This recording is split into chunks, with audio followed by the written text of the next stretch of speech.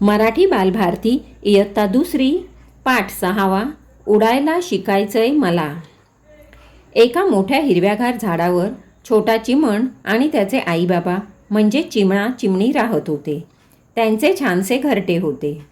आई बाबांना, चिमण आता मोठा झाला आहे, त्याला उडायला शिकवलं पाहिजे.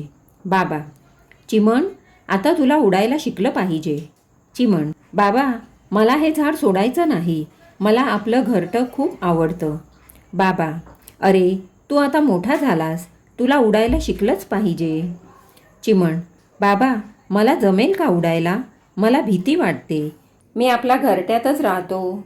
बाबा, घरट्यात राहिलास तर तुला रोज खायला कोण आणून देईल. चिमण, मग मी काय करू. बाबा, तू उडायला शिक. चिमण, मी चालत जाईन. आई, तुला जमिनीवर चालायचं आहे, तू झाडावरून खाली उतरणार कसा. चिमण बाबांना एक युक्ती सुचते.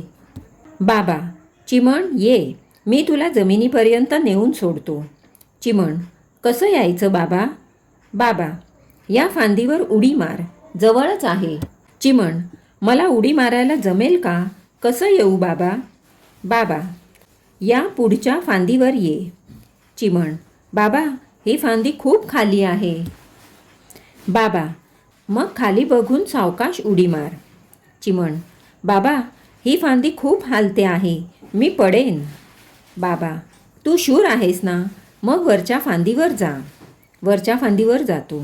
चिमण, अरे मी वरच्या फांदीवर आलो सुद्धा. बाबा, आता 2 उड्या मारल्यास की तुला जमिनीवर उतरता येईल.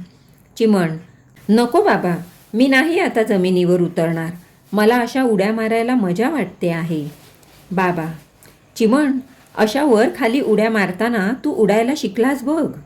चिमण, बाबा पंख हलवताना मजा वाटते, आपला आपण उडायला गंमत वाटते बाबा, मी तुमच्याबरोबर, आईबरोबर, मित्रांबरोबर उडत राहीन. बाबा, छान छान, माझा चिमण धीट झाला, न घाबरता उडायला शिकला. कविता भालेराव.